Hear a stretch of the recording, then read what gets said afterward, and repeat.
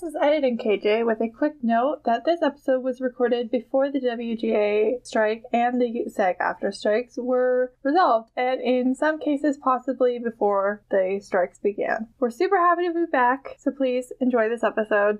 I have to be honest before we start. I'm so sorry because I have not taken any notes for this, which is very unlike me. I always come prepared with lists and everything, so this will be very interesting for me. No, I love it. I have a list, but it's literally just show and character and nothing else. I know I'm just gonna start talking.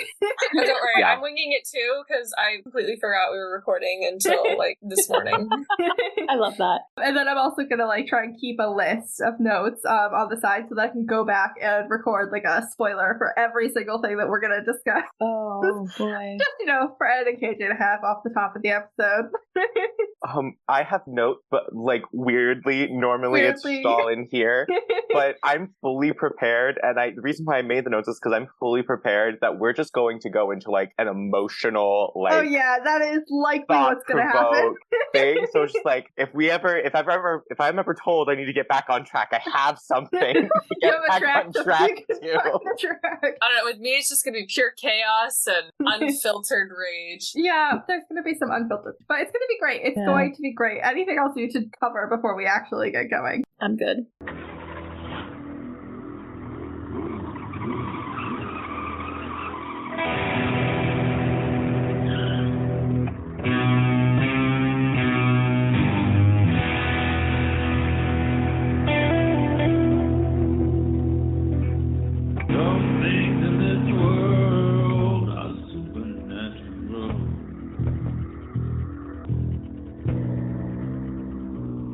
My name is KJ, and you're listening to the Supernatural Opinions podcast, where some things in this world are supernatural. My pronouns are she, they, and this is the podcast where I talk to my fellow Supernatural fans about Supernatural, and we share our supernatural opinions. This week, we're going to be talking about killing off main characters at the ends of their franchises. A reminder that discussion episodes are open to all seasons and episodes of Supernatural, and this will contain spoilers for both the Supernatural finale and also the finale of several other shows. Cue Ed and KJ with a list of shows that we're going to spoil in today's discussion. And probably movies, too. Yeah, probably some movies as well. Ed and KJ here with the list of shows that we ended up talking about, and mostly we talked about the end or major character deaths, so those are all pretty big things that you may not want spoiled for you, so I'm just going to run through a quick list of the things that we talked about. We talked about Supernatural, obviously. We also talked about Teen Wolf, Sons of Anarchy, Veronica Mars, Game of Thrones, Buffy, Timeless, Angel, and The Princess Bride. So, if any of those things are things you don't want spoiled for you,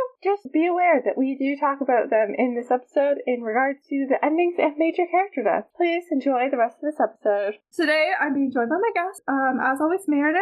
Please remind the people who you are. My name is Meredith. My pronouns are she, her, and as was covered, I don't have any notes. I just have a lot of chaos. And Mary, it's been a little while since you're here, so please remind the people who you are. Of course, my name is Mary. My pronouns are she and they, and I also do not have any notes, which is very, very unlike me for anybody who's ever listened to one of our podcast episodes. And JJ, this is your first time with us, so please tell the people who you are. Hi, I'm JJ, also known as JJ Wayward, all over the internet. He, him, pronoun. And I, unlike myself, have notes. The only one who came with notes. And am fully prepared to throw them out the window. That's my goal. Yeah, so you do the thing where you get up to the podium and you just toss the note card. Absolutely. I have done that for dramatic effect in my speech class that I had one time. It was, it worked in the moment. If you can do it, then I feel like you should just do it once to say you have. Let's give him the old razzle-dazzle. Okay, before we get into actually just off-the-rails discussion, I figured I should get the people up to speed on what we're doing here, how we got here. How did we get here? Yeah, I don't think Meredith knows how we got here, because I don't tell Meredith anything for dramatic effect. And also just because I'm bad at communication. Keep my reactions genuine. Yeah, I mean, it also doesn't help that Meredith doesn't have Twitter, so she misses a lot of the things that are happening. But we're talking about the killing off of main characters at the ends of franchises, or in the case that specifically got us here, a reboot. Because the reason we're actually here is because Mary and JJ were having a Twitter thread several months ago, probably a year ago, when the Teen Wolf movie movie came out.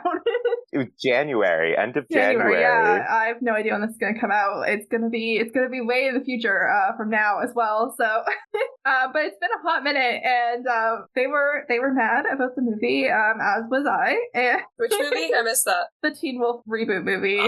Okay. That I looked forward to for so long, and then was so disappointed by. But yeah, that inspired a level of rage in me, and I was like, why isn't this a thing that's happening? I feel like it's been happening all the time to me lately, because I was easily able to list off 5 other franchises that had similar endings that I was mad about. And I was like, you know what, let's just gather everyone together and let's just discuss it. Absolutely. This thread happened also because, Mary, you and I had another conversation about this somewhere else. I honestly don't remember where we had this conversation the first time. I think it may have been on TikTok on a live at some point. Probably. That sounds right. Right. And I watched the Teen Wolf movie and I was just like, Mary's right about this, and I need everyone to know what Mary's right about right now. But that was all I could think about, was just like specifically characters that have are with traumatic backstories or had experienced severe trauma dying at the end of their stories, and everyone just thinking that that's okay, and it's not. It's really not. I mean, obviously, we're going to talk more about Teen Wolf, and obviously, like most people who are listening to this have watched Supernatural all the way through, and our first-time watchers have probably turned this off already. Seems wise. Hopefully. Yes. Or they already know, like, the Supernatural finale was like this to it, like a T. But yeah, let's talk about Teen Wolf and Derek Hale. Derek Hale, my little soft boy. Never seen this show either, actually. Me neither. You're gonna need to get me up to speed. I really enjoyed. I know it's about werewolves. Yeah, Derek was introduced with a traumatic backstory. His whole family had been killed in a horrible fire. Oh, okay. That sucks. Yeah, I see dots that connect. Even more dots. He blamed himself his whole life when it was not his fault. Of course, yes. And then also at one point feels responsible for a younger family member who survived it. There's connections. Yeah, like connections on connections. Was anyone on the ceiling? Like, I feel like I have to ask at this point. No, probably. It was locked in the basement, but like saved you, really. Like, oh, damn it. More content warning. Yeah, I feel like a massive content warning for the whole episode at this point. Death. Yeah, death, trauma. Derek was 16 at the time, and an older adult woman seduced him into a relationship and sexually assaulted him. Then murdered his whole family. And then used him and manipulated him to get information in order to murder his whole family. So that's how Derek is like, his story introduced. That's episode 1. Introduced. Information. And he will never get therapy, I bet. Oh yeah, no therapy to be had. They don't do that on these shows. Then 6 additional seasons of trauma. Where he is at one point tortured by the same woman. Yeah. Like with his uncle. Yeah, and then there was another woman who seduced him and ended up being a murderer. Oh yeah, no, that did happen just, twice. Make that happen again. Yeah, that was a great time.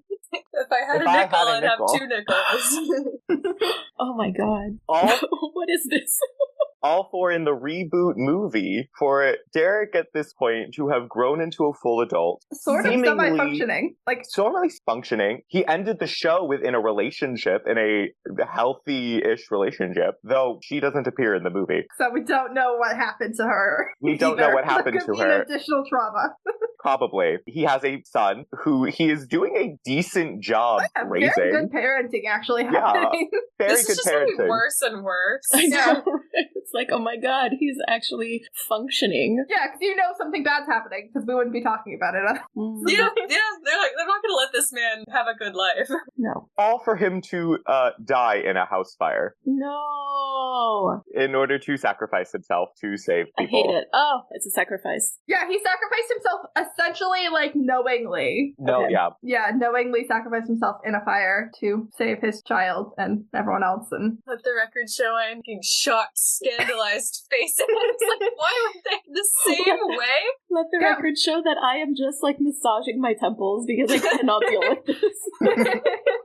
Oh, we also forgot Awful. the queer coding of this character. Oh yeah, this character is really commonly queer coded and queer shipped. It's not a ship that I personally engage with, but it's by far like the most popular ship in the fandom. I would say, aside from like the ones that are actually like canonically canon.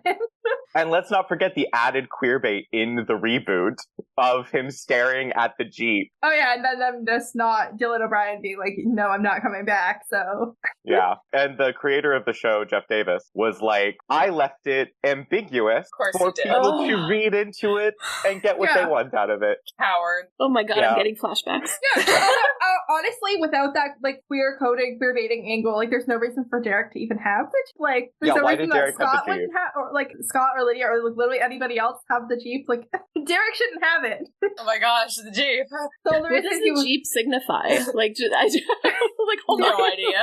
The Jeep is an extension of the character Styles, played by Yeah. Dylan O'Brien. I feel like that's the only character I know. the Jeep is like pretty close to baby in the show. Like it is Yeah. very much on that level of like the Jeep is essentially its own character, and it is deeply tied to the character that owns it. So it's basically like Cass staring longingly at baby. Yeah, Right. yeah. 100%. With no explanation as to why, no explanation as to where Dean Winchester is.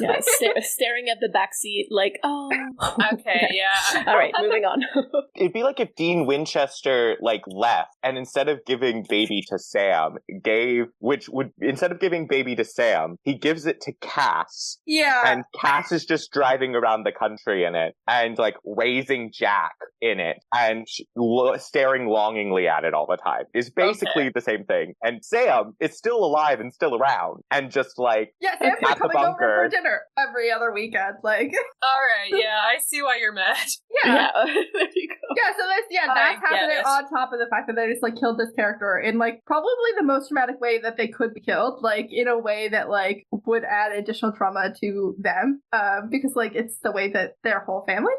Like, and honestly, I think that for me, when we were talking about this, JJ, like that's really what got to me. It's the fact that oftentimes, like what we're seeing is those characters being killed off in ways that are incredibly traumatizing. Like, and I sort of maybe want to voice an unpopular opinion here, but like I don't really care how people choose to end their own stories. Like that's their business. When you're a creator, you can you can write whatever you want. Like that's fine. But I will say that as a traumatized person, as somebody who deals every day with post-traumatic stress disorder, watching those stories definitely has an effect on me. And like, I just don't like them because they remind me inside myself of all of the ways that I am afraid to die, and to think that like a good way for my own life to end would be in the way that I am most scared, most deeply scared of.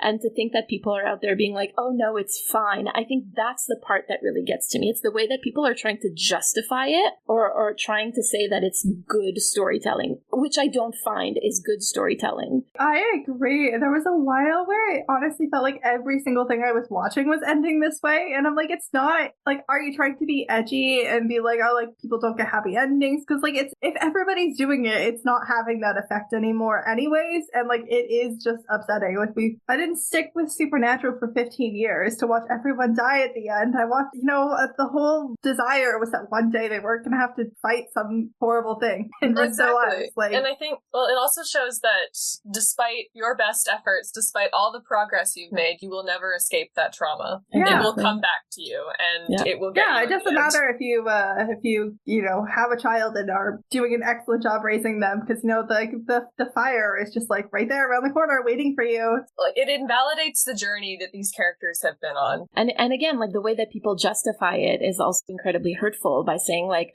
oh, well, it sort of shows when I hear people justifying these kinds of stories, I always tell myself, I'm like, oh, so I will never be more than my trauma to this person. It's the whole like, this celebrity isn't going to see your tweet, but your friend will kind of thing. Like, that's exactly what this is for me on a personal level. Yeah. It really feels kind of like they're trying, oftentimes it feels like this ending is supposed to be like poetic. Right. It's not. It can be, I guess. Like they're trying to go for like like this false sense of poeticism. Not a good poem. It not a good poem. It feels like like you were saying about only seeing not seeing beyond the trauma of a character.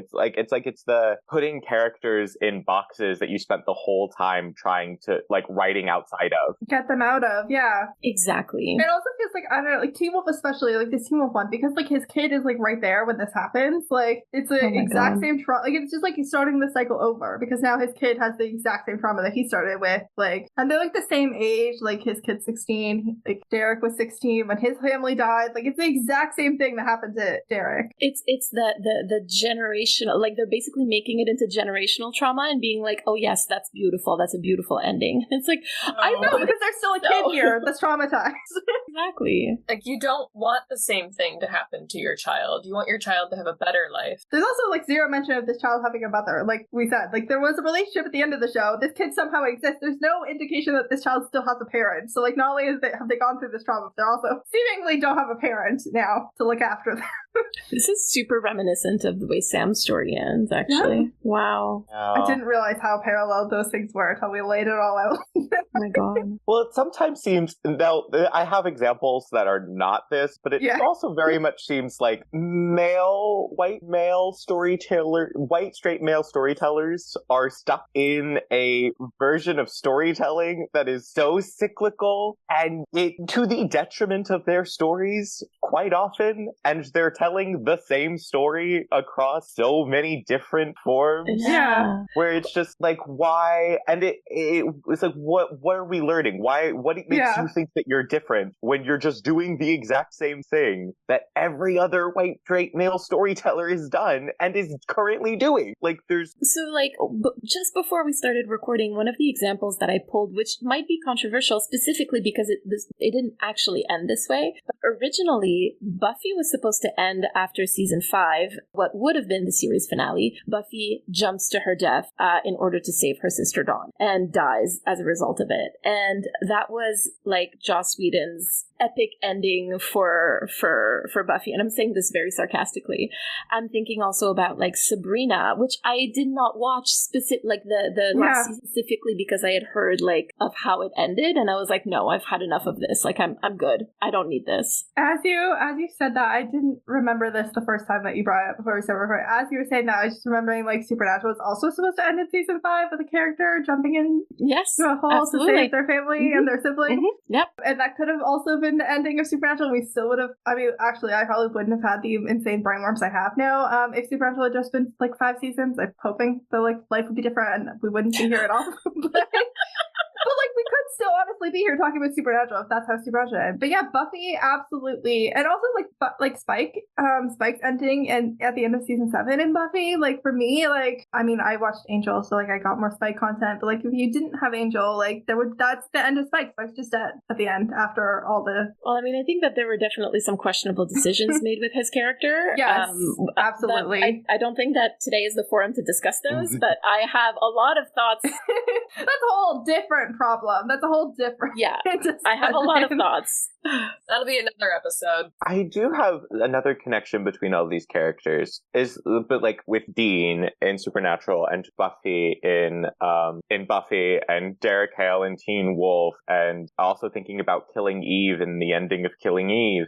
All of these characters. Oh, talk about the reintroduction of the stray bullet killing the lesbian. I was like, I thought that had like died for a little bit, and I thought we had moved on. We did not move on. Died just like the lesbian. All of these characters have also all died before, and that being a significant, like the relationship with death is supposed to be something that was always beforehand like triumphant, like or something that like that you could come back from, and like they come back from it in a way that is supposed to be about like is metaphorical for like confronting their trauma at some point. Not saying that this is a good way to do a story about trauma, but the attempt of like I think about about Buffy rising from the dead at the end of season. Is it the end of season 1 or the end of season 2? Season 1. Season 1. Yeah. She's in the white dress. She comes back to be dead. I may be dead, but I'm still pretty. The iconic line of Buffy. Yeah, so iconic. I love her. That whole outfit is like the white dress with like the blood stains. Very, very pretty. The imagery is nice. But like this whole thing where like, oh, Buffy has finally like confronted her trauma and accepted it and was working towards something. Like it's like a triumphant kind of moment, and like the having a like active relationship with their trauma and death at the same time. How many times has Dean died on Supernatural? Like 120, I think, is something like the count. Yeah. Something like that. And again, not the greatest way to tell a story about trauma and death, but like for that to be a active part of their story, and then for their ending to be like an acceptance of death as part of their trauma, seems like it's a very like damaging part of the story that also undoes everything that you already did in the story with their relationship to death and trauma. Yeah, and that's the thing, right? Like if we bring it back to like how like what is the messaging? What are we trying to show? Like, because at the end of the day, storytelling is meant to make us feel something so that we can relate and perhaps maybe hopefully like work something out in our own lives, right? And so if we're kind of looking at that, like every time that Buffy or that Dean has died or come back from the dead, you know, in a, like you said, in a triumphant way, I always sort of saw it as like an encounter with suicidal thoughts, right? Like especially from traumatized characters, like when it gets too much, like you want to stop, you want it to stop, and you want to, like, you know, however people end up living through that situation. And sometimes that includes suicidal thoughts, suicide attempts, you know, completed suicide. Those are all the possibilities. But it sort of then feels that at the end, like it's, you know, no matter how they die, like in all of the cases that we've talked about, there's a decision to walk into death. And so it's like, it is a suicide, whether active or passive. And I think that also is incredibly damaging for people who are struggling with trauma, with post-traumatic stress disorder and all of those things, right? Because it's like, this is how your story ends. This is how it will end. And this is making everybody ooh and ah. And everyone but you sort of seems to be okay with this. Like you're, again, left alone with your trauma. It's also very, and I don't like seeing that it's implied that this is the only way your story can end. Like, this is your only option. This is what it was all. Yeah, it's inevitable. Like, of course, this is how, like, things end for Derek. So of course, Dean Winchester is going to die on a hunt. We've been saying that since season 1. Of course, there's no possible way he could have ever evolved past that point. I've brought this show up before, but another creepy one is Timeless. Let the record show that was a bodily, like, yeah, recoiled. A full body reaction. Did you watch that ending? That was so painful. Like that whole show just went off the. That is the crux of the thing the show that finally got me to come up with my Eric Kripke thesis statement. That is the show. That is the What is show your Eric responsible. Kripke thesis statement? Mary, we've talked about this multiple times. It's the. Yes, I know, but just remind everybody. Yeah, share it for the listeners in case my listeners don't have TikTok or Then something. I'll talk about Timeless. It is my Eric Kripke thesis is that Kripke is to toxic masculinity. The art of Eric Kripke is to toxic masculinity as Josh Whedon's art is to feminism. That is my ultimate Eric Kripke thesis. It's that the art. I'm not talking about the person because we all know that Josh Whedon is a horrible person. Yeah. And to all accounts of the people that have worked with him, Eric Kripke is a wonderful human being. Yeah. Just talking about the art, the Eric Kripke overarching theme in a lot of his work is about toxic masculinity. Even in Timeless, where the lead character is a woman, it's still about toxic masculinity in a lot of ways. That he does the same thing that Joss Whedon does with feminism, which he uses his art attempts to or proclaims to break down and be a forward motion in, conversation about those topics while actually just justifying bad behavior in those topics. Like Eric like toxic masculinity in Supernatural, like we could go on intense. That there's podcasts over podcasts over podcasts reclaiming the work of Supernatural because of how much it justifies toxic masculinity all the way to the end. Or Buffy, which was like when it was first out, it was like this proclaimed as this huge feminist piece, and now looking back at it, even at the time, not holding up. it doesn't hold up, even when you take in context at the time, when you look at Josh Whedon's self-insert character who constantly hits on Buffy and gets mad that Buffy doesn't return his healing. So Meredith, just before you go into Timeless, I just want to, like, because I think JJ, you mentioned it at the beginning, but like you said, because it was a very specific kind of cis straight white man who tells this kind of story. And so my question following this, what you just said, is like, what seems to be the relationship between toxic masculinity and this kind of storytelling? Because it's all over it, right? Like, and I think that there's a lot to go into, like, right there. Yeah. But anyway, I want to hear about Timeless. Tell me about Timeless. Yeah, hit us with Timeless. Well, there was a very prominent character, my favorite character actually, and he had been through a lot. He had started out the series as a villain, like a very interesting villain, I think, and then became one of the protagonists, and he had gone through this entire journey to get there, and then they killed him off in a way that I felt could have been really easily avoided, and I haven't touched the series since. Yeah. Also, when you're dealing with a series like Timeless, where they play with timelines and they play with character and character traits and because this happened, like that death was so easily avoidable and also purposeless, like added nothing to the story. Kind of how I feel about Supernatural. It didn't accomplish anything, and the way they framed it was like this heroic sacrifice, like he chose to die, and it could have been not to. Yeah, exactly. Like it could have been easily avoided. I could think of a million ways where he could have just saved himself and spared us all this grief and gotten like a happy ending because he deserved to move on. Yeah. Mary, connecting your question, the only the answer is I think what we all know is patriarchy. That's the answer. Yeah, but I think there's something interesting. You just said like heroic sacrifice. All of these deaths are framed in a way about there being heroic sacrifice, as we kind of mentioned before. But like going to like the justification thing about like why this certain type of storyteller is telling this certain type of story, I think that there's something to say about like trying to justify this way of existence both to people who aren't this type of storyteller but also to themselves, like that this type of belief system and this societal belief system, like patriarchy builds up this heroic sacrifice type of thing that like the best men going to war and like honor and like heroic sacrifice and everything, that is also to the detriment of the individual and the detriment of society, but we have to explain it to ourselves in some way. Like we have to understand those feelings, or straight white male storytellers have to process those and justify it to themselves in a way, if that makes sense. It makes complete sense to me because like I find that when we're seeing those kinds of stories, what we're really seeing actually, and like from the character that usually chooses that heroic quote-unquote death, is basically like a lack of boundaries, a lack of self-esteem, a lack of self-love, a lack of self-preservation at the very basic level.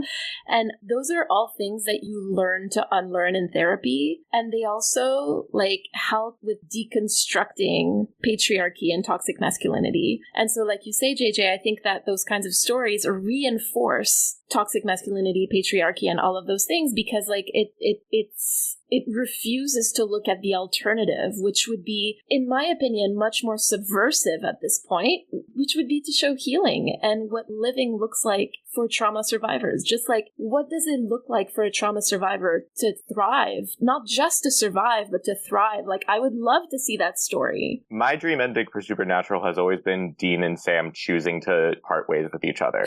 Get that codependency out of the way. Just as emotionally devastating, but also moving, like understanding that they're not the best thing for each other anymore, that they've gotten to the point in their lives where being with each other is detrimental to each other, or being inconstant. It's still constant. Yeah, I would really like if they were just like regular siblings. They took it back a notch, maybe lived separately. Yes. Somewhere stable. Weren't as codependent. Still emotionally devastating, but living. They could live live in the same state maybe, but like maybe not in the same town. That would be really ideal, actually, for me. I think somewhere, there's like a very long tradition of writing stories where the hero dies, and I think somewhere along the way we've kind of forgotten how to do that. So I'm just thinking of like stories like the Iliad and the Odyssey and like lots of other Greek stories and Shakespearean tragedies where the hero is kind of like laying the seeds of their own death throughout the story, and like it's framed as inevitable and it's framed as something that should happen because they kind of had a hand in it, and it's sort of like the natural conclusion of where their story goes. But like in all these other deaths where the character really had nothing to do with their death, and they're like a victim of the narrative, and this is something that was imposed upon them. I think you had a very important word in there, which was tragedy. Yes. And that like that is like a tragedy, especially in those sense, is like a tradition of storytelling where the death is it's about learning the lesson or about creating social commentary about something, that there are consequences for something in society or consequences for actions of a person, like that the tragedy that you're supposed to be leaving that story with a sense of sadness and a sense of like, I need to change something in my life or I need to work towards a better society or put effort into making society better because this is the result of those actions. Like Romeo and Juliet, or every single version of Romeo and Juliet. West Side Story was a retelling of Romeo and Juliet that was about what was actively happening in the New York suburbs at the time. Like it was very much there's a purpose to those deaths where the purpose of those deaths are greater than the story itself. Yeah. And are also, like you said, that it was like kind of inevitable. It's like they're laying the seeds. The point of it is that you're supposed to see it coming, and you're going and seeing a tragedy. Like it's called The Tragedy of Romeo and Juliet. You know going in what's going to happen at the end of a tragedy. They're going to die, and you watch them fall in love, and you watch them run away together, and you see them fight, and then it's inevitable that it doesn't. So that when they say two houses divided, like you understand there's a point. The point to the death is larger than the story, what I already said. But and the fact that you're supposed to be leaving these stories sad, like the whole point of it is leading to a larger theme or message. When you have these franchises that are long running, that have multiple stories, you have to ask yourself, what is the overarching message of this story? And oftentimes the deaths of those characters, like Dean Winchester, the overarching, story about Supernatural is about hope and free will and living the life the way that you want to live, and family bonds, and like what is family and love. Like Supernatural, down to its bones, is about loving other people, and the death of Dean Winchester has nothing to do with that. Yeah. Oh, exactly. Like sometimes the point of a character death is to be unsatisfying. It can have like a larger comment about like life and the story in general, but none of these deaths accomplish that. Exactly. Honestly, I think JJ, like one word that you kind of like circled around is catharsis. When you're talking, there you go. That's what you were looking for, isn't it? I was like, is this what he's looking? I don't know. But catharsis makes me itch, and that is why I never come up with the word. Catharsis makes me itch, but it is the word that I was looking for. Okay, then I won't say it too much, but like basically, like when you go. Make an itch. But like basically, you can have catharsis when you're watching a really sad movie where there's like really sad and tragic themes, right? Like I did a little bit of research on catharsis, specifically when it comes to like people dealing with trauma and dealing with illness, especially as part of like support groups. And one thing that comes up is that people talk about like how hearing other people's really sad stories helped them to feel like they weren't alone, right? And it sort of feels like today a lot of this storytelling tries to achieve that tragic, tradition of storytelling that JJ you were talking about. But the thing is, they can't achieve catharsis because it doesn't make anybody feel better about themselves. And I think that is genuinely like the main difference between like properly writing a tragic ending and wrongly writing a tragic ending, just writing a shitty ending. I'm sorry, I'm just going to call it like it is. Like that's what it is. Yeah. I'm going to introduce us a new character at this point. One that I think actually, as far as what else I have on my list, I think this one is like the one that is like the actually somewhat poetic, actually is somewhat like you go into it knowing that the show can't have a good ending. This ending does make sense. It's just also the first show I finished after I finished Supernatural for the very first time. Like the next show that I reached the actual ending of was Sons of Anarchy. Okay. I'm not seeing any familiarity be happening.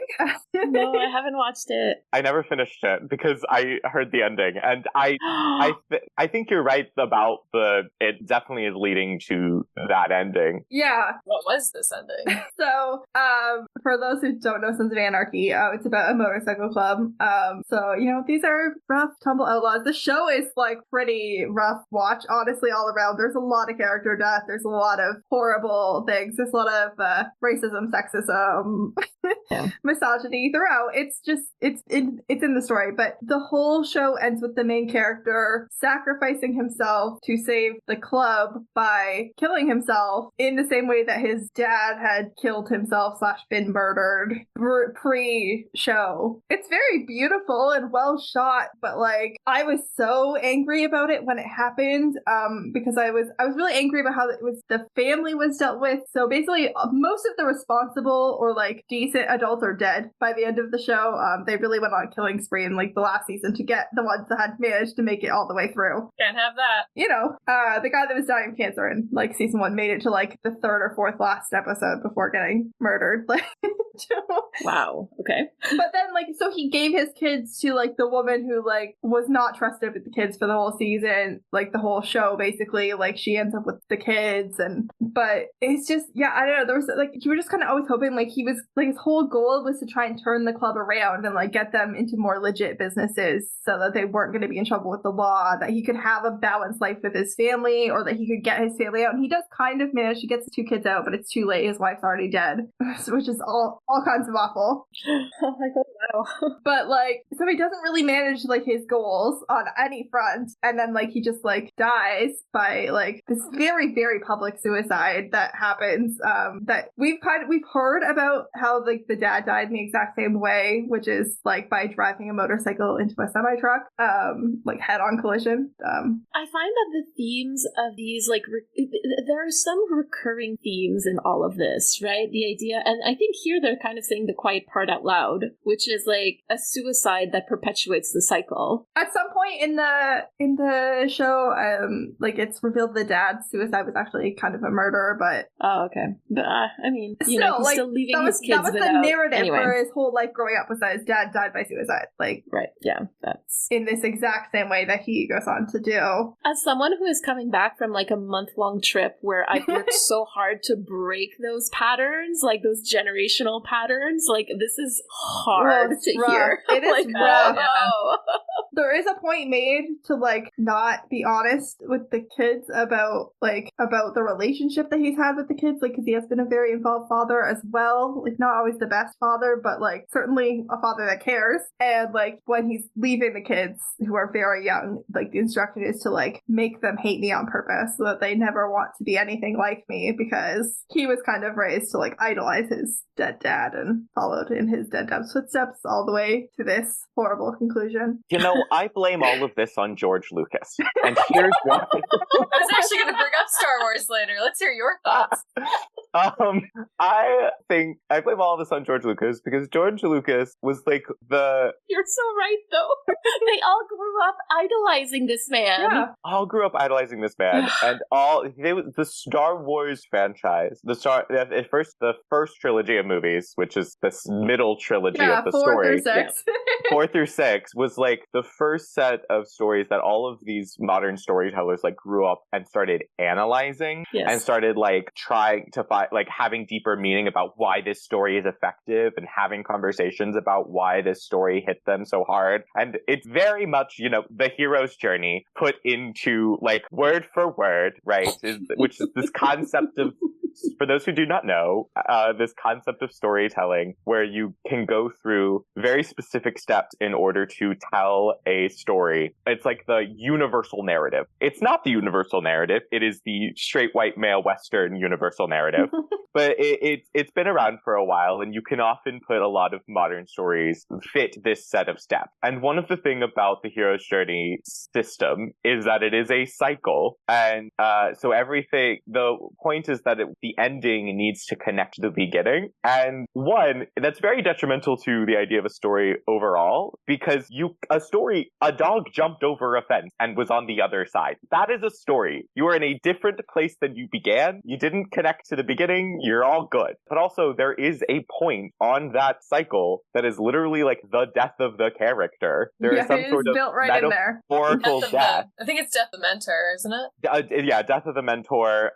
There's a crossing of the line. There's all these sort of metaphors about like death of one thing, beginning of the other. And also, in Star Wars, there is probably one of the most famous deaths in all of modern storytelling, which is the death of Darth Vader, who is also a father figure, who is also his own traumatic character with his own trauma. Though the telling of this story being out of order really makes things complicated and weird. Yeah, I've like kind of somewhat retconned it back in, but yeah, but the idea that like I blame George Lucas because he really solidified for a lot of straight white male storytellers how to tell a story in this very specific way that started a lot of these problems. Yeah, I feel like the main issue is just how prevalent Star Wars is. Like, I think the movies themselves are fine, except the sequel series. But anyway, but like the movies themselves are fine. But like, you're right, because it was one of like main, I guess, mentor figures for a lot of the storytellers we have nowadays. And this is like their main model of like how to tell a story, and that involves death of a father figure who also happens to be a very traumatized person, who also happens to be a villain, and instead of getting a real redemption arc, he dies. And I think that suits that movie, but it doesn't suit every story. Yeah. And dies in a self-sacrificing way. Like, yes. He like come terms with what he does wrong and then self-sacrifices himself in a way, a kind of moment in order to like have his son break the trauma cycle, who of course then goes on to do a very similar thing in the sequel series. Yes,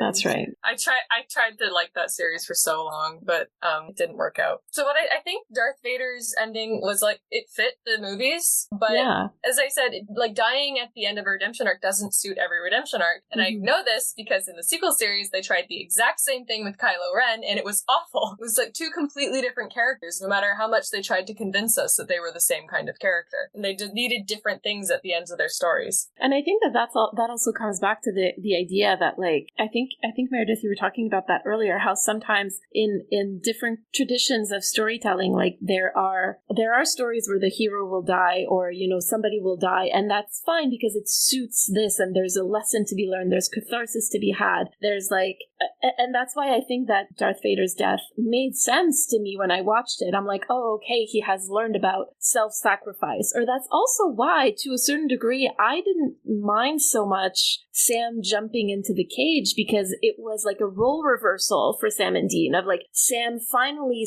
like taking on the burden of the family curse, if you want to look at it that way, right? Yeah, and it was like the consequences of his actions in season 4, and like actually, I had the same thought. Like, it would have suited the story. It would have been tragic, but it would have suited the story. As a Sam girly, I would have been very upset, but like I was very upset at the ending we eventually got, anyways. So it's like a bittersweet kind of way, right? I don't think that Sam got a great ending. Yeah, I would say everybody in Supernatural like has a horrible ending, including Sam. I know like Sam's supposed to have like, you know, gone on to live like a long life, and we can just assume that it's been good, but like I just don't really see that being the case, and like it doesn't pay off emotionally that way for me. So well, there you go. And I think that it sort of comes back to what I was saying earlier too, when I was like, well, I just don't like the way that people are justifying it, because one of the things that we've heard both from fans and from the actors afterwards in cons is that Dean could not have gone on to live without Sam, and that, you know, that's the only, and I'm like, well, did Sam really go on to live without Dean? Like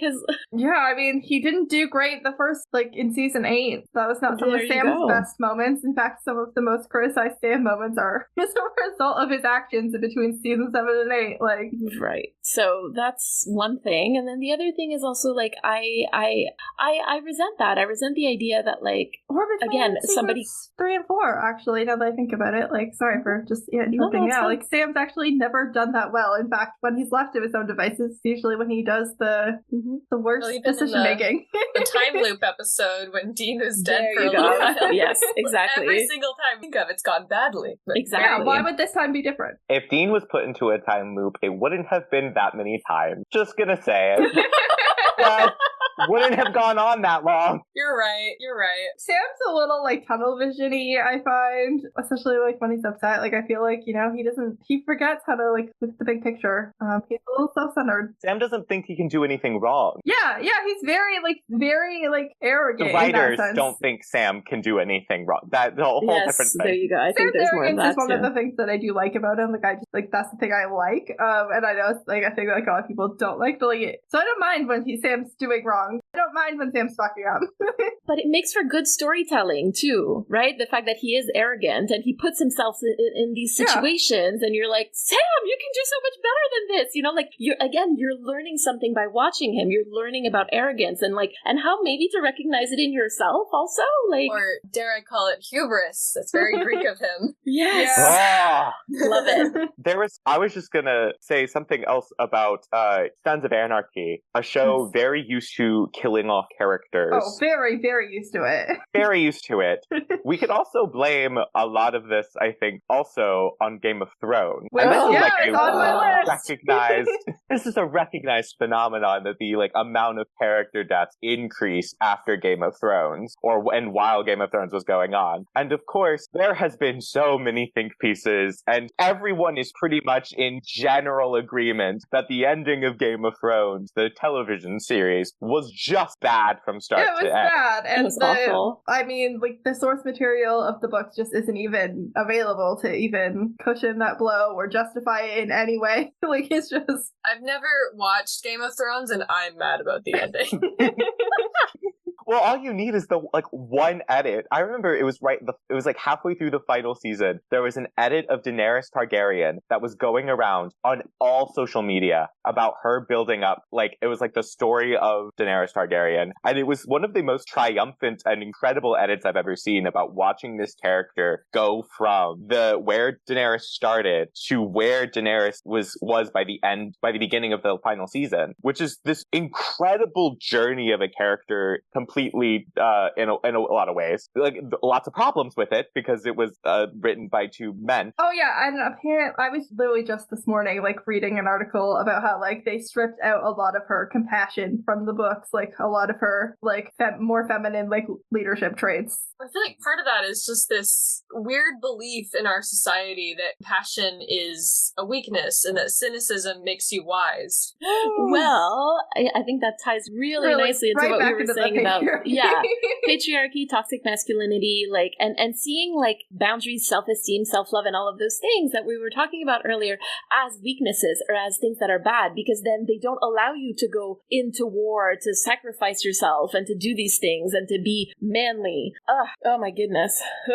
Actually, going back to Star Wars for a second, one thing I thought that the Obi-Wan series did very well was highlighting that compassion is one of the things that is central to being a Jedi, and that it was one of the things that was central to Obi-Wan's character and why he did the things he did, and often why he was such a compelling character and a successful character.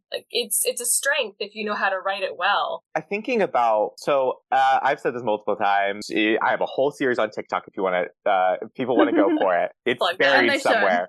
It's about Sam being a one-dimensionally written character in a lot of ways. Not every writer. Sam is not a one-dimensional character, but a lot of the writers approached him as a one-dimensional character, as this surrogate for the audience, or as this stereotype. He has protagonist syndrome, is what I call it, where he's just the outline of an idea of a leading male character or a leading male hero. And I think something that a lot of writers do, and which makes sense, is that they use traumatic backstories, or they use trauma to give characters more dimension, to make them more relatable, or make them, have something the audience can connect to, because everyone in their life goes through trauma. And I think about the Vampire Diaries, the very first thing that we learn about Elena in the very first episode is that she has gone through a very traumatic experience of a car wreck that has killed both of her parents. And she is still grieving and still in this loss of not understanding where she is or what's going on, and finding herself in this grief. And the whole rest of the world has moved on.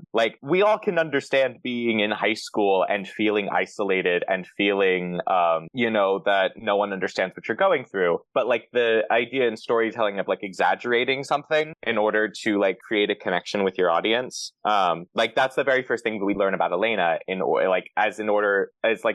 it's almost like a quick way to create dimension in characters sometimes. And then writers not doing anything with it and not addressing it as part of their character moving on. I lost my train of thought in the middle of that and I don't have a notes for it because we went off. That is okay. We went off the notes. I feel that way a lot about Sam, like post Hell Sam. Yeah, I agree. Like that trauma is just kind of gone until for several seasons until they conveniently need it back, and then it's gone again. Yes. Yeah, that's what it was. Sam. So the idea with it always comes back to Sam and Sam's writing. My biggest pet peeve of the show because he could be so good. He is so good when they let him be. Yes, when they let him be. Yeah, he's very interesting. Well, that's also my point, is that Sam is better written as a heart character than he is as a hero or a lancer. That's a whole other topic. That's so true. You're right. You should the say show is at its best when Dean is the protagonist, Cass is the lancer, and Sam is the heart character. Oh, you're right. Oh my god. And then Bobby is the mentor, the big guy. Anyway, yes. Or it's best when Cass is the hero, Dean is the lancer, and Sam is the heart character. Just some combination of that, Sam is the heart character. He's the most heart character who ever have heart charactered, and they're trying to put him in the protagonist. Stop it! He doesn't belong there. Or just like let him be a villain, you know? Let him be a villain. Soulless it. Villain. Anyway. I'll get into JJ, that. Focus. So like protagonist syndrome characters, like male writers using trauma as like a writing tool versus using it as a part of the story that they're trying to tell, and how that is detrimental to the story that they're telling. Because like I think the really like stories that are, even if you're using the hero's journey, the part of a traumatic backstory or something like an inciting incident, I think is what it's called. It's like crossing the it's the inciting incident, and then there's crossing the threshold to like move on to like start the story. Anyway, the traumatic backstory is like the set of circumstances that like are pushing the character, like it's defining the character traits and pushing, like giving them motivation, and it's talking about like why they're doing what they're doing, what their thought process is, and it often is integrally connected to the struggles that they go throughout the story, and is part of the story as a whole, versus a lot of traumatic backstories being written by white straight male patriarchal and writers, is that it's used as a tool in order to create a quick connection with the audience, or like a shortcut without actually defining the character. So yeah, when you make a character, you're making a person, and people are defined by their experiences. So this tragic backstory is going to lead to several character traits. Yeah. And where's this, like, Sam's tragic backstory, like, should connect more to his active traits than they actually do. One of the things that enrages me about Supernatural is how good they are at, like, showing... One thing that I think writers seem to forget is that a lot of Dean's trauma is also Sam's trauma. And yet, it feels like... They grew up in the same household. Like, yes, Dean is sheltering Sam to an extent, but they're still growing up in the same abusive household. Yes, and I always get so many people mad at me when I say this, and I'm like, yeah, of course, Dean sheltered him to the best of his ability, but his ability as, like, a child and a teenager, which is probably not very high. Let's be very real about that, you know? Like, Sam is just as damaged by all of this in different ways, mind you, but, like, this was also incredibly traumatic to Sam. I love the flashback episodes. The one where he writes the story for his teacher about the hunting werewolves, which is a very dark story. Like, we are told that it is a dark story. Yeah, it's a cause for concern. Cause for concern. And of course, the teacher takes it as like a metaphor, but it's like an actual thing that happened to Sam. And also the flashback story where Sam runs and is being left he's left at a library 2 towns over or whatever. Yeah. And comes across, I forget what monster it is. The Kitsune. Oh, yeah, the Kitsune. The one I'm enraged over, but we'll cover that in a different episode. Yeah. But meets a young girl who is a monster, and they like form form a bond. But like he's like left in like a town several hours away from his parents for like days, like by himself at like the age of what, like 13? Yeah, like maybe 14, maybe a child. little bit. Yeah, and like he's like 14 in that, because he's in like ninth grade in like that like teaching Oh one, yeah. like imaginary friend episode. Yes, Sam's supposed to be 9 years old in those flashbacks. Like Dean's calling him on the phone because Dean's not with him. Dean's with their dad. Like Sam's living by himself. That is the age of my child, I just want to say. Like, yeah, how long can you leave your child for? I don't even leave my kid to go grocery shopping. You know what I mean? Like, and to think that like Sam was left there for days at a time, like, of course Dean thought it was for the best, because again, the best is even worse, right? But it's still incredibly damaging for a 9-year-old to be left on his own. Yeah. Oh my god. Or like the OG flashback episode, like Dean's 8 and Sam's 4, like, and they're left for 3 days. Yeah, that's like you're left for 3 days as a 4-year-old with your 8-year-old brother who doesn't really know how to take care of you, even though he wishes he could. Yes. But like he also wants to be a normal child. So there's just, even in that scenario, without the monster hunting, there's a lot of trauma. And the next one, where the dad is supposed to be back by Christmas and still isn't back by Christmas. Yeah. Oh my so god. who, like, as a child, you know, Dean there's goes like out and commits a felony. Yes. Wouldn't you? Yeah, so all that to say that I don't like the way that the writers tend to minimize, and to a certain degree the fans tend to minimize, like, Sam's trauma, because, like, it's... I think that's why I don't like Sam's ending, is because it feels like okay, like Sam's just lost literally everybody. He's left behind again. And he's left behind again. And like that is traumatic all on its own. Like that's own trauma that is inflicted on him. And like that's not actually good, actually. You're the only one that remains. Like, what do you do with yourself after that? And like that doesn't even take into account like that he didn't get to say goodbye to Cass, and like we don't actually know that Eileen is fine. Yeah, there you go. There's no... Well, he does have a blurry wife, so... Yeah. At least there's that. Yeah. Speaking of Cass, the one ending we haven't touched. It's because it hurts too. Because it's also awful. Like we buried that gay. We buried him so thoroughly. In super mega hell. Super mega hell. But again, another one that's like a sacrifice. A direct sacrifice, which it's something that I fully understand Misha Collins' commitment to putting a good spin on something that he fought for. Mm-hmm. I saw a video, I think earlier today, where he was talking about how it was something that he and Bobo Barons felt like they had to be very careful on set for like weeks and weeks going up to it. Yeah, I mean, of course. It sounds like every moment on that set was a little bit of a nightmare, not gonna lie. So I fully understand Misha Collins' decision to put as good a spin on, like, approaching this moment as something that was powerful and impactful, because it is. And I think the thing is we can hold two truths at the same time.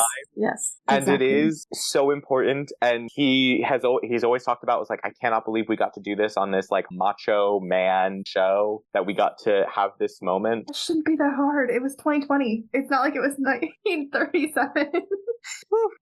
We can handle it. We can handle it. Weirdly, we'd had a gay character on the show before. We also killed him off. But... We also killed them off multiple times, but we don't have to. We also killed off the lesbian. If we want to get and talk about how fridging women fits into this conversation, no, we can't. We'll do that in a second. There's characters and shows we haven't even touched that I wanted to talk about, so let's just stick to Cass. Oh yeah, let's get to Cass first. I was like, Black Widow. That was on my list.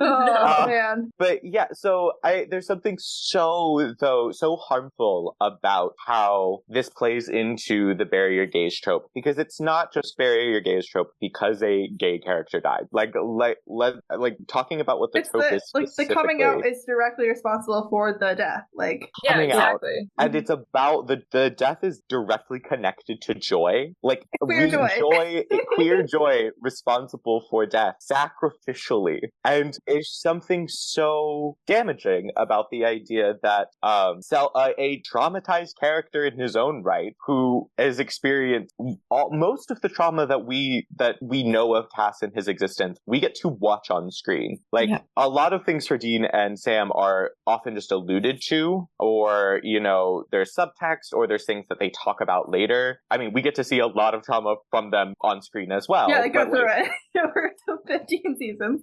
They go through it. But there's a lot that's just, like, mentioned or talked about. While Cass, we get to, like, actively watch his trauma, his deprogramming, him coming to terms with, like, his own trauma in a lot of ways. And for that ending to be directly connected to a suicide is something that is incredibly damaging. Yeah, I still remember, like, when the first year anniversary came around, like, you know, it was like being celebrated as a Stan fandom, and like I just like remember sitting in my room and being like, I don't feel good. I feel angry and sad. I don't feel any joy at the moment. Like I feel like I'm supposed to be feeling joy, and all I'm feeling is this character did not need to be killed off and say the things that were said. Like, the two things didn't both need to happen. So I think this conversation is leading me to remember why I was so mad when Eileen died the first time, when she was killed by hellhounds. Yeah. It's like this thing with queer joy,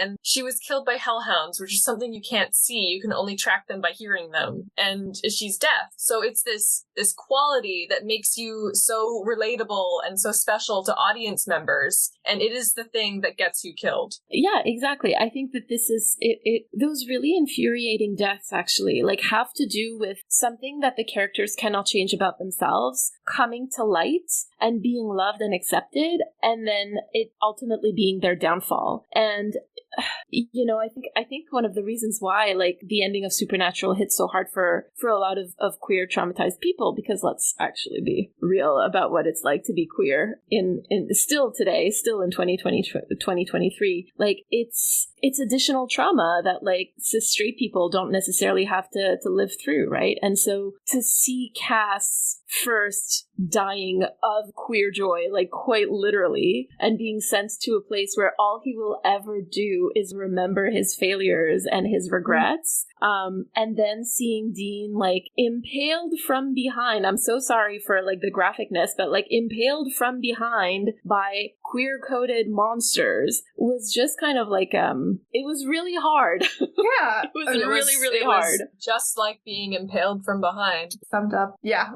Hard isn't like honestly the best. I think something that talking about Dean's being impaled and like Dean's death, Supernatural was very much a part of its own meta narrative. Like it very much engaged with it, especially the final season. Like the final season is the meta narrative. Yes. Mm-hmm. Yeah. There's something really interesting because in this meta narrative that they engage with, Sam and Dean don't die because they are the straight white male protagonists. Like quite literally, they always are the ones to survive and keep going because they are the straight white male main characters of this story, and everyone around them will sacrifice themselves or be tragically killed off for the entertainment of not a straight white male, because God is bisexual, but you know, for this specific audience, like the audience of who the story is being told for, they will always continue on. And so it's very, I think, interesting that Dean's death is also part of when they finally break out of this overarching narrative. Dean still has the exact same death as every other part of this overarching narrative in history, where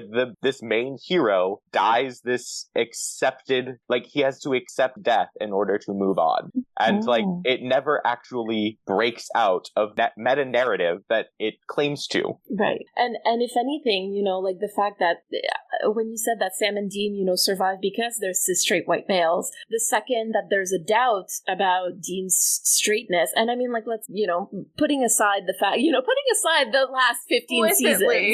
Explicitly a doubt. There you go. The fact that there is now explicitly a doubt about his straightness, boom, gone. Yeah. I mean, they created this character based off of Dean Moriarty. There was how can we not already? Sorry, that was a whole other tangent. But listen, I'm not arguing against you because I agree with you. Yeah. But I think I'm talking more about the reality of how maybe at the very least the general audience would have seen it. Yeah.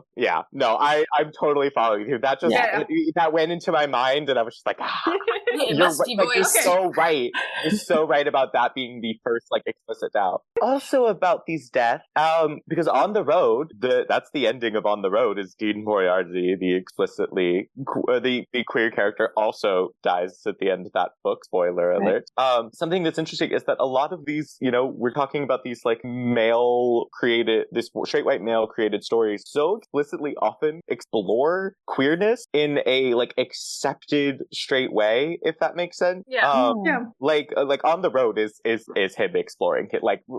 It's him exploring his queerness. But thinking about Supernatural, it's the exploration of feelings that are not necessarily allowed in male society. That is what makes them, I guess, what's I think the point is that when we're talking about how these enforce toxic masculinity, right, is that these stories are a way for them to process emotions or express emotions that men aren't allowed to express openly in society, and then they explore them in a way in these stories, but never actually follow through on the consequences of exploring emotion. They're just allowed to have them in a way. They're allowed to exist in the emotions and then move on. I think also there's something to be said about how queerness challenges patriarchy and toxic masculinity, and why that would be something that in the end would never be rewarded by this kind of storytelling that celebrates those things. And I don't know where I was going. I'm sorry. No, I think that's a really good point. But it's a hard point for me to transition into the next thing I want to talk about too, because I want to talk about a straight white man. But the next and last time it's on my personal list of characters, I was okay, I have to talk about these ones because I'm mad about them. This one, unlike all the other ones, I feel or most of the other ones we talked about, it's kind of the opposite of the Buffy situation. This was not, I don't think, intended to be. In fact, I know it wasn't intended to be the end of the series, but as a result of them killing off this character, they did not get picked up to continue the series. So the series ended on this death, and that is Logan Echolls in the Veronica Mars reboot. That's JJ. The love interest, right? Yes. Okay, I've heard about that one. He was in the midst of a journey to overcome the very intense trauma that he had been subjected to over the course of the narrative. Yeah. So I have a hot take about this ending, or I think is a hot take. I very much think that, yeah, you're right. The Logan Echolls journey is very much in line with this journey. However, I would have been fascinated to see the next season, because the next season would have been Veronica Mars trying to catch Logan's killer. Yes. And I think the thing about Veronica Mars was that it was so set up in this way of, the first set of seasons of Veronica Mars were about Veronica's own trauma and her working through and catching her rapist and catching people involved in it. The person that killed her friend and person who killed her friend. All those stories were part of Veronica Mars's overarching journey, and her dealing with the trauma and being a person living with trauma was very much Veronica Mars's story, as she was also ostracized from her entire friend group. Her father lost his job, and they had financial trauma. There was a whole set of situations, and the whole story of Veronica Mars is her living with this overcoming that. or learning to live with it, learning to move on for it. So my hot take was that I was with the writers. I had bought into Logan Echolls dying in the reboot, even though I had waited seasons for them to get together, years, decades. It was quite. I'm just remembering watching this for the first time, and the whole thing about it is Veronica Mars ran for 3 seasons, and then 10 years went by, and then they did a movie where Veronica had seemingly overcome a lot lot of her trauma, and then she threw out a lot of that, like moving past it to come back and like just live with the trauma and be with Logan. And then like when the reboot started again a few years later, you know, Veronica still has trauma and she's not dealing with it as well as she thought she was, but Logan has started to deal with it. Like he's been going to therapy and he's trying to get her to go, and you know, then they finally are like solidly together. And then just in the last honestly the last episode of the season's really great as long as you stop at the wedding. If you stop at Logan and Veronica getting married, you're good. Good to know. Thanks. I'll keep that in mind. Yep, I'll remember that. But I think the thing about it is that they didn't get picked up for the next season because people were so upset about it, and then also like the writers saying, oh, like we just couldn't even imagine a way to write Veronica Mars in a happy relationship and doing what she does, and like I just think that's a little bit lazy. I think that there's lots for Veronica to deal with that is not at all related to her relationship with Logan. That's true. I just would have been fascinated watching her trying to solve that murder. I like that murder. It was more about the murder. But I was like, solve the murder. I mean, it kind of felt solved though, because like it was kind of just like the same dude they already busted. Like, yes, but she's got to catch him. We could have written around that. We could have invented accomplices. We could have, you know, made this into a bigger thing than it was, you know, presented in that season. There was things they could have done to, make that like a whole big mystery thing. And that would have been fun. But again, like, could have just maimed him a little bit. Maybe leave him alive. I think that they played around. I don't think they knew for sure who they were going to kill off. I think they were maybe thinking about killing Keith off, Veronica's father, instead, and like that they would not have recovered from that either. I think they really hedged their bets a little bit, and like people were more attached to Logan than they anticipated. But yeah, like the show would have tanked if they had hurt Keith. I was sad she left her dog. Again, with all the people who are leaving behind children, they didn't have children, but she had a dog. His name was Pony. He was very cute. Don't kill the dog. That's actually a sin. No, she didn't. She just left the dog with her dad so she could go not be where her husband died. But again, we don't find out what she was doing or where she was going. That's so much. I'm angry for you. It was definitely a choice. It was a choice. I like that little pause. It was definitely a choice. Yes, they made that one on their own. I think the fandom reactions are so different because like the Supernatural fandom is somewhat split on like whether or not Jean's ending's a good ending or not. Like there's a definite like division that is a little more equitable. Most people, I would say, are mad about Logan, and the like online fandom reaction was pretty like a wave. It was a wave of hate.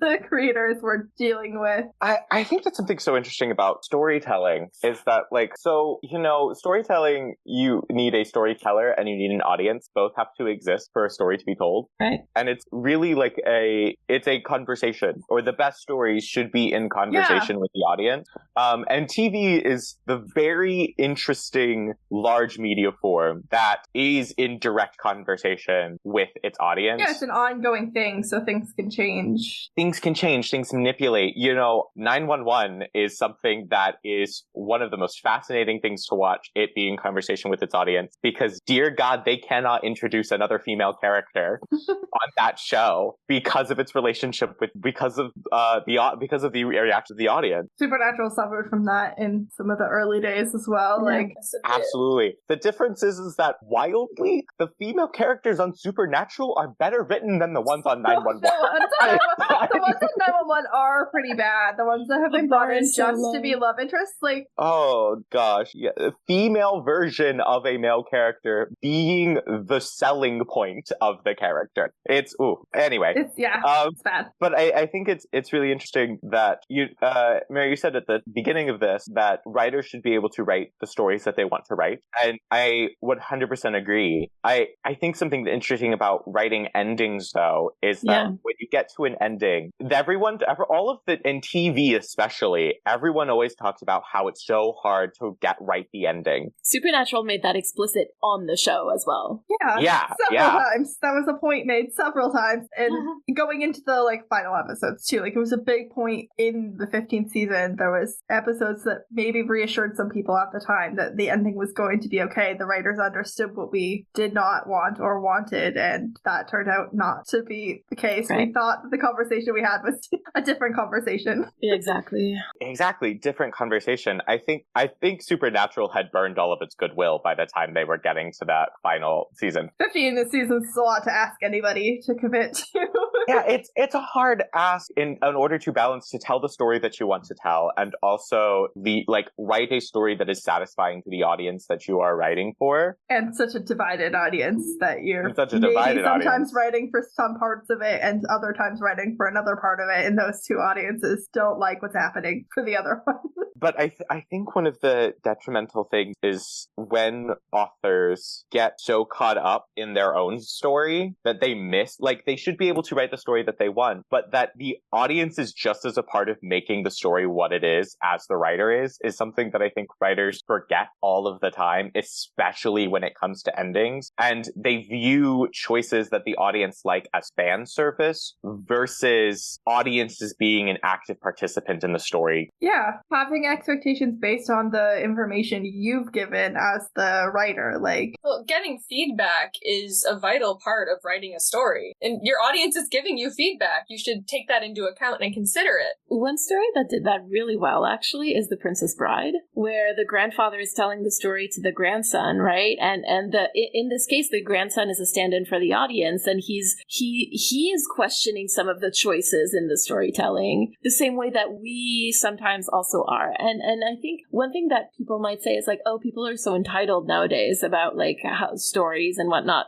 Have you heard about what happened when Sherlock Holmes died originally? Yes. People, there was an uprising, for crying out loud. Sir Arthur Conan Doyle revived a character he no longer liked writing because people were so mad. Dear Lord, that man could not leave his house. He couldn't. He could not leave his house.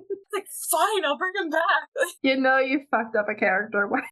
Exactly. And so I think that this is incredibly human also, as the audience, to be completely dissatisfied with a story that somebody else wanted to tell. And that's kind of why I'm saying, people should be able to write whatever they want. However, they have to be aware that it might not land with the audience if they ignore the audience. If the grandfather had told, and then a dragon ate them all, that's not going to resonate with the kid.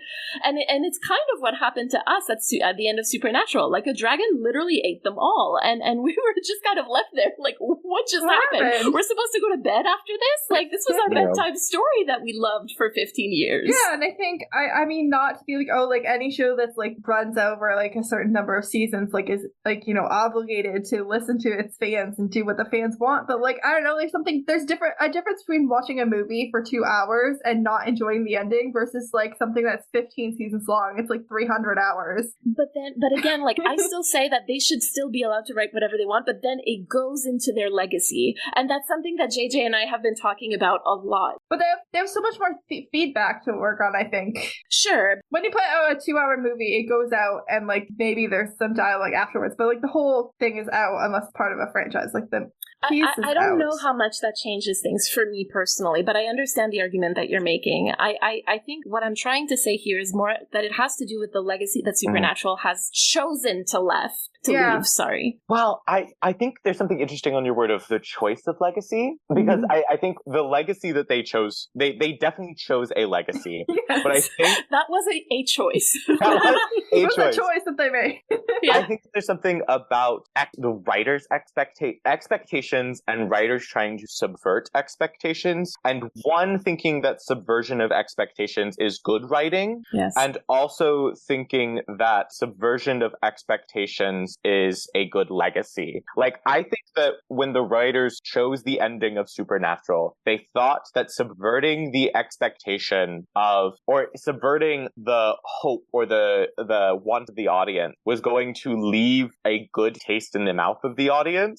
I truly believe that the writers... They had 2 years after Game of Thrones. They really should have thought that. They really should have known. Yeah, that was a huge topic after Game of Thrones finished, just that subverting expectations doesn't necessarily make for a good story. Yeah, and so that I just remember all of those writers, the tweets that they were tweeting out about you should be grateful for this story in a lot of ways, or that might have... want to.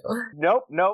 Feels yes, audiences do feel entitled, but also that feels entitled on the part of the writers, that we're just gonna like whatever they're doing. Yeah, but subverting expectations implies that you are aware of what the audience wants, and you are deliberately not giving it to them because it's what they want.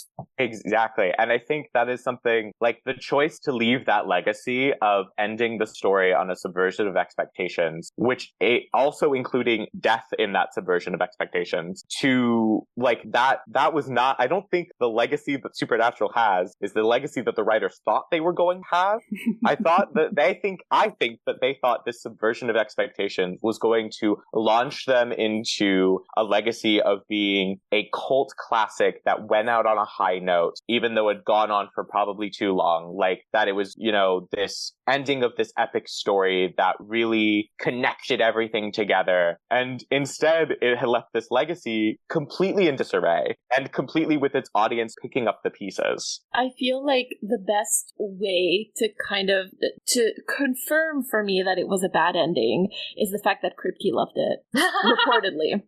And I don't say this again because, like you, JJ, I've heard the wonderful things about Eric Kripke as a human being and as a person, but there's truly something about his work that leaves such a bitter taste in my mouth and that I can't seem to trust. I talk about that a lot on Carrying Wayward, and this is just one of those cases where when I found out that Eric Kripke reportedly loved the ending and convinced Jensen Ackles to do it, reportedly, fine, yeah. I got really worried, actually. For good reason.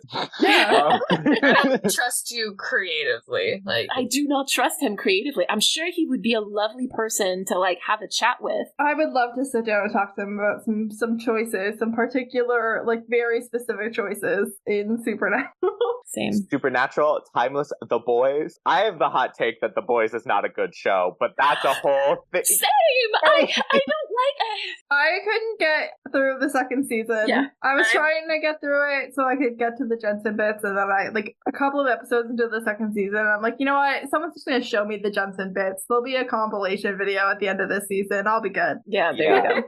I That's don't all need you to need. keep putting myself through this. I've never watched The Boys. I don't really want to because I've heard it's very graphic. It But is. I don't really know a lot about the writing quality. This is interesting. So one thing about The Boys, and again, this is like a very personal thing. I don't love graphic violence, but I was less disturbed by the graphic violence than by like the psychological violence that goes on. Yeah, there's a lot of that. It's overall fairly uncomfortable to watch. There's one episode where I closed my computer and I was like, I can't do this anymore. Like, this is just not for me. It's not for me at all. Other people are clearly enjoying it, but right, you exactly. aren't, so... Yeah, I'm like, sure, enjoy it, but this is just not going to be a show for me. And I agree, the way that they handled a lot of things and thought they were subversive or like thought that they were, making a statement about something. I'm like, this is not making the statement that you think it is. Like, this is not going to age very, very well. Just letting you know right now. It already hasn't aged very well. And I think only that's 3 something that seasons people... long. It's only 3 seasons long. And it's something so interesting. I remember when the Emmy nominations dropped this year, so many people were surprised that The Boys was completely,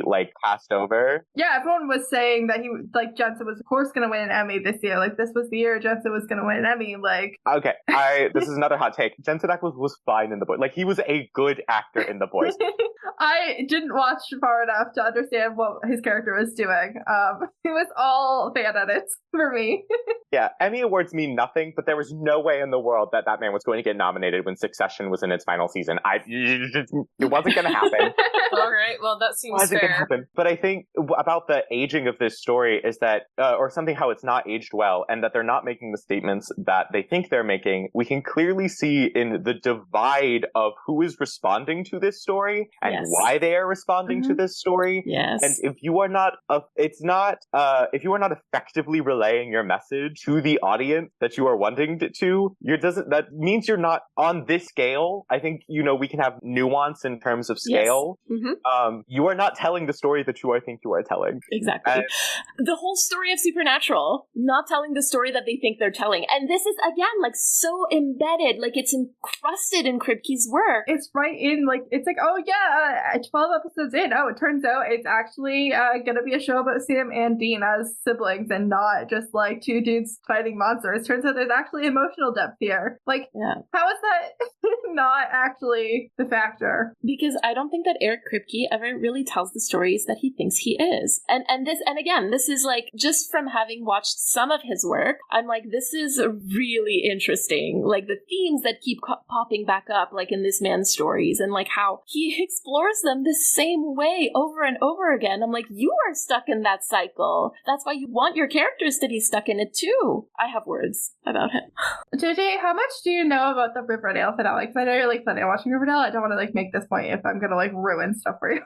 Well, I know that I have heard about the poly relationship. Okay, that's good. That's all I need to know is if you knew. I didn't want to like ruin that for you, but like I'm talking about like subverting audience expectations. That was a thing that was on like my like wildest dreams wish list. Like I wasn't actually seriously wishing for that to happen because I'm like a CW. Like it's actually it's not going to happen. Like it's not. I don't believe the CW has the capability of this to the point that like when I'm thinking about what's the best case scenario for Riverdale, which was already pretty low expectations because I've been through this CW series ending once or twice before. At least they knew they were getting an ending at the start of the season. Unlike pretty much every other show the CW ended this year, Riverdale knew it was in its final season and had known that for over a year. So like at least we knew going in that this was the last season. They got to do whatever crazy off the walls bullshit that they'd been waiting to do. But I still hadn't really like even thought to put that on like here's the things I wish would happen before this show ends. I was maybe hoping for like one or two of those characters to be confirmed to be queer, but like for the four of them to just end up in a relationship for a year wasn't even in my wildest wish list. Anyway, you can subvert my expectation of what I think the ending's going to be without it being a horrible, traumatic, we're gonna kill everybody off. Like those two things don't need to be the same, actually. Well, I think one of the differences is like the way you treat the characters and the way you respect them as characters and like their consistency. Yeah, and I'll be really vague. There was a lot of character death in the Riverdale finale, but it was not traumatic the way that it was in the Supernatural finale. Well, because I think, speaking of respect, Meredith, I think that also treating characters with respect also has to do with treating audiences that love these characters with respect, right? Like within that conversation that's happening. Treating audiences with respect. Oh, dang. Right, I know. I will just say the Riverdale finale was a lot of what like the claim is that the Supernatural finale was originally intended to be in terms of bringing back characters. Oh, the big party in heaven kind of thing? Big party in heaven. Yeah, that was They're more going to kill off Kansas the band. that plan's more similar to the Riverdale finale that the actual Supernatural finale is. And like I don't think I would have loved that if that's what happened on Supernatural, but like it was good on Riverdale. I was fine with that ending. Like I was chill about it. It did not feel traumatic to kill off a significant number of characters. I think something about that Supernatural finale, the planned Supernatural finale versus the Supernatural finale that ended up happening, is that the same problems exist in both. One just has a lot of, as I was talking about earlier, fan service, has a lot of, emotional, has a lot of very deeply emotional things for the audience to latch on to outside of the actual story itself. Like it would be very emotional to see all of these past characters celebrating each other in a party. It would have been emotional to see Kansas on stage. It's also a show not tell thing because like in the actual Supernatural finale, we're just told, like all the problems that have ever existed in heaven and the afterlife in Supernatural, those are just not a problem. Don't even worry about those anymore. Versus like if we see everyone together and they're happy and it's fine, then like there's more credibility to that statement that things are better now than just offhandedly, by the way, off screen, things are better. And on the, I think, inducing emotion side, like that, I feel like is why it is so, like, it's so easy to go for the killing of the character because it's going to cause an emotional reaction in your audience. But like killing a character, if it is not, a deeply integral, important part of the story for whatever reason, like in a tragedy or like in a Greek tragedy or something, or a Shakespearean tragedy, like it's just a cheap shot at the audience's emotions. Like there are other ways to have a ending that is sad or a traumatic ending or an ending that causes a lot of emotions in an audience without death. Like there is other ways around it, or there are other options, and not just that this character's only option is death, but like storytelling wise. Supernatural's treated death as a cheap shot so many times before. Like, for me, it's the end of season 13 when Sam's in Apocalypse World and they just like rip Sam's throat out for no real reason. He's fine by the next commercial break. I rage quit in the middle of that episode. I didn't watch Supernatural for months. Like, it was like, that was just to do that. It was just to make me mad, essentially, because like Sam's fine. He's up and going again by the end of the episode. Like, and there are zero consequences to it. No consequences to it. He just died just to make me feel bad for a couple of minutes. Like, well, one thing I've noticed is that the way Supernatural treating like using death in this way on its show is it doesn't have the impact it's supposed to in a story. Like, death is a very big thing in life and in a story. Like, you're not just killing a character, you're killing off everything else they could possibly contribute. So when you do that, it just no longer has the impact it's supposed to. Yeah, some of these shows where like death is treated more finally, like people don't come back from the dead, they're like more rooted in the real world. I think the deaths hit a little bit differently, like Sons of Anarchy. Like, no one's ever come back from the dead on Sons of Anarchy. It takes place in California.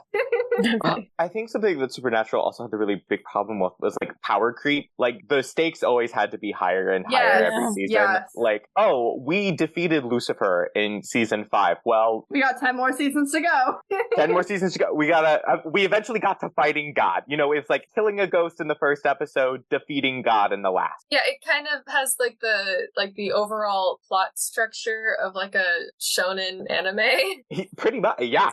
Video exactly. games also, yeah. So I think that when you are getting to that level of like stakes, like when you're increasing the stakes continually and more and more and more, the consequences have to also raise as well. Yeah, they had to go back in like seasons 11 and 12 and like retcon back in that actually death's going to be permanent from here on out, which, you know, it did not follow through on, but didn't follow through on. But they did have to go back and reestablish that, oh yeah, death is a thing that we should be concerned about because we haven't been concerned about it for like 4 seasons. For 4 seasons. And so I think a smarter writing choice would have been finding consequences that have the same emotional stakes that to keep the emotional consequences the same as the stakes that you were raising. And death just didn't do that for most of the show, and even in the end didn't do it because they had defeated God and lived, besides Cass. They had defeated God and like lived, and the stakes were over and done with. And then we have this last episode, which is just doesn't make sense in the overarching story of Supernatural as a whole. Like, it feels completely separate from the story that they told before. And this idea of death as a consequence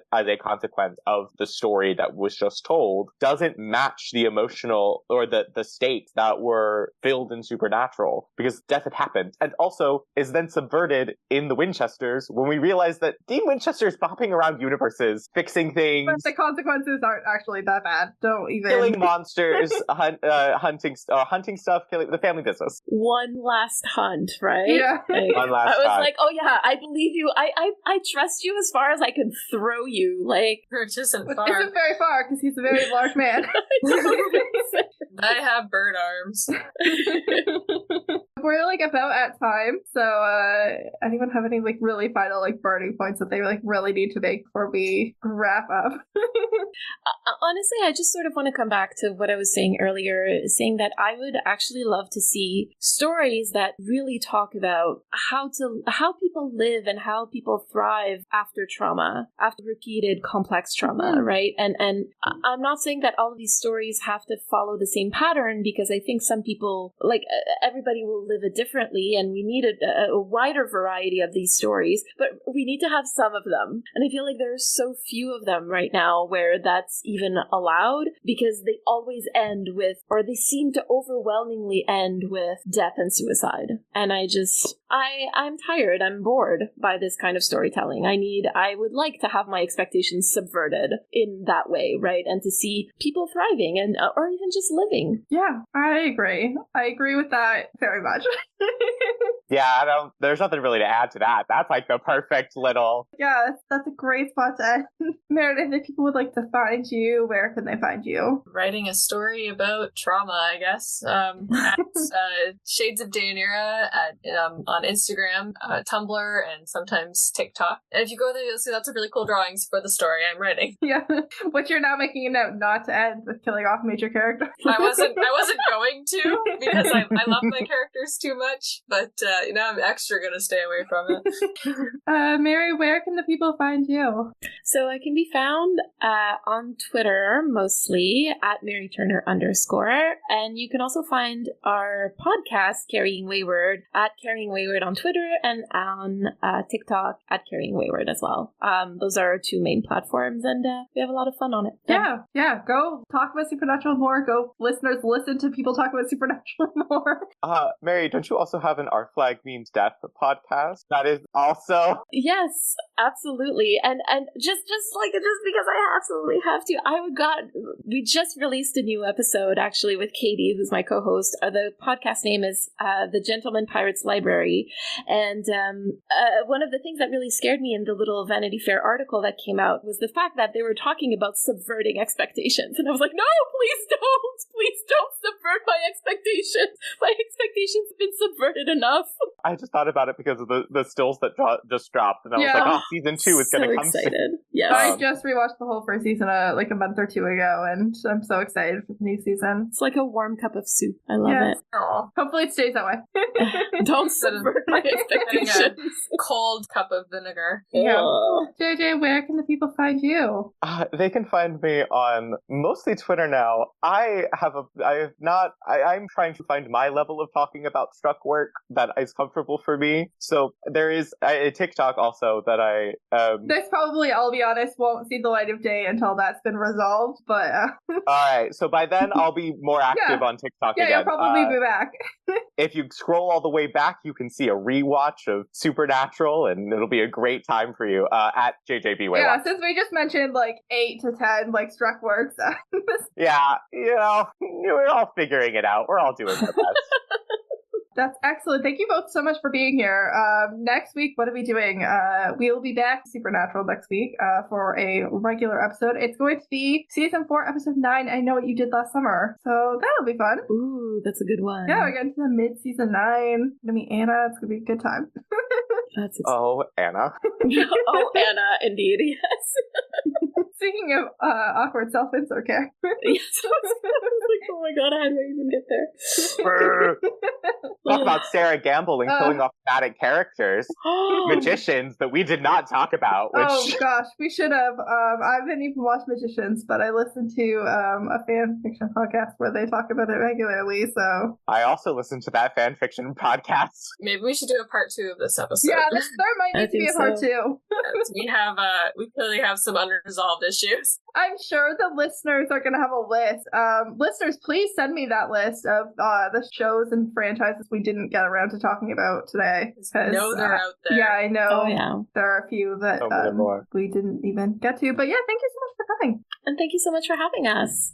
I've been KJ, and this has been Supernatural Opinions. If you enjoyed our show, the best thing you can do is subscribe on your podcast app of choice and tell a friend. Check out our link tree in the episode description for all of our social media and any other Supernatural-related projects we might be working on. Send us an email. Our address is supernaturalopinionspodcast@gmail.com, or reach out directly at KJ, at @KJ on all platforms. Thank you to Joe Veretta for our theme song, and our logo was created by Faith Ebert of faithanddesigns.ca. The episode was recorded, edited, and produced by me, Ed and KJ. If you want to hear more from me, you can check out my other podcast, Series of Opinions. And last but not least, a huge thank you to all of our guests. Some things in this world are supernatural.